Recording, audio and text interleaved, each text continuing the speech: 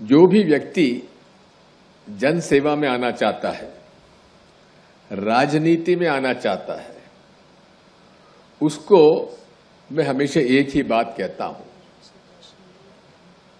यदि जन सेवा और राजनीति में आना है तो 5 चीज बहुत आवश्यक है। पहला है संपर्क। संपर्क नहीं होगा तो आप क्या जन सेवा करेंगे, क्या राजनीति करेंगे। दूसरा है संवाद। जब संपर्क होगा तो संवाद क्या करेंगे।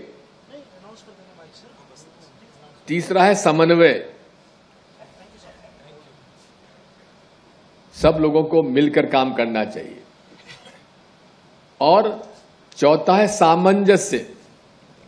थोड़ा बहुत विचारों का मतभेद परिवार में हो जाता है, इसलिए यदि संगठन में भी कहीं महत्वाकांक्षा या किसी कारण से मतभेद हो जाता है तो सबको सामंजस्य करके सबको एक करने की कला भी आप लोगों में होना चाहिए। और आखिरी है सकारात्मक सोच। एक गिलास आधा भरा हुआ है, कुछ लोग कहेंगे आधा खाली है, लेकिन सकारात्मक सोच वाला क्या कहने आधा भरा हुआ है। तो ये 5 सूत्र है जिस पर मैंने जीवन भर अपनी राजनीति की है। अब आप में से जितने बैठे यहां पर मैं पूछना चाहता हूं, कामगार कर्मचारी कांग्रेस जो है भारतीय राष्ट्रीय कांग्रेस की सदस्य है। आप में से जो लोग भारतीय राष्ट्रीय कांग्रेस के सदस्य हैं वो जरा हाथ उठाइए। सब हैं? अच्छा बताइए, जो नई कांग्रेस पार्टी में सदस्य नहीं है फिर भी मजदूरों के बीच में है, वो हाथ उठा दीजिए। केवल 1, 2, 4 और है। बात यही है, जैसा कि बताया गया कि आज देश में विचारधारा की लड़ाई है। एक विचारधारा एक्सट्रीम लेफ्ट है, यानी कि कम्युनिस्ट पार्टी। दूसरी विचारधारा है सेंट्रिस्ट, लेकिन लेफ्ट ऑफ सेंटर, वो है कांग्रेस पार्टी और अन्य समाजवादी पार्टियां। और एक है राइट विंग, दक्षिणपंथी, यानी कि जो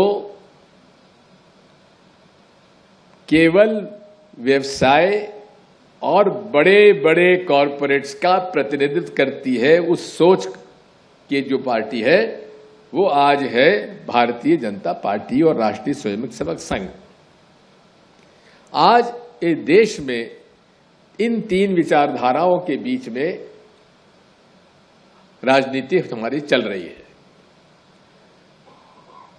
मजदूर वर्ग कभी राइट विंग के साथ नहीं हो सकता, क्योंकि ये लोग शोषण करता है। जो लोग आज पूरे देश में नीतियां इस प्रकार की बना रहे हैं कि उसका पूरा लाभ केवल उद्योग और उद्योगों में भी बड़े बड़े उद्योगपतियों को मिले, जिसके कारण आज 200 केवल परिवार हैं इस देश में जिनके पास इस देश की पूरी संपत्ति का 50% से ज्यादा संपत्ति किसी के पास है। तो इन 200 परिवारों के साथ है जो आज भारतीय जनता पार्टी और नरेंद्र मोदी और अमित शाह जी के समर्थक हैं, राष्ट्रीय स्वयंसेवक संघ के समर्थक हैं। भारतीय जनता पार्टी कभी सेवा में जन सेवा के लिए नहीं आती है, वो केवल धन सेवा के लिए आती है, जन सेवा के लिए नहीं आती है। और धन सेवा का स्वरूप आपने देख लिया। कोई भी धार्मिक आयोजन बिना चंदे के नहीं होता। कोई भी भारतीय जनता पार्टी का नेता बिना लेन देन की बात नहीं करता। आज भारतीय जनता पार्टी मूल रूप से व्यावसायिक पार्टी बन चुकी है और वो इस पूरे देश की अर्थव्यवस्था भी और अधिकारी कर्मचारियों को भी वो प्रभावित कर रही है।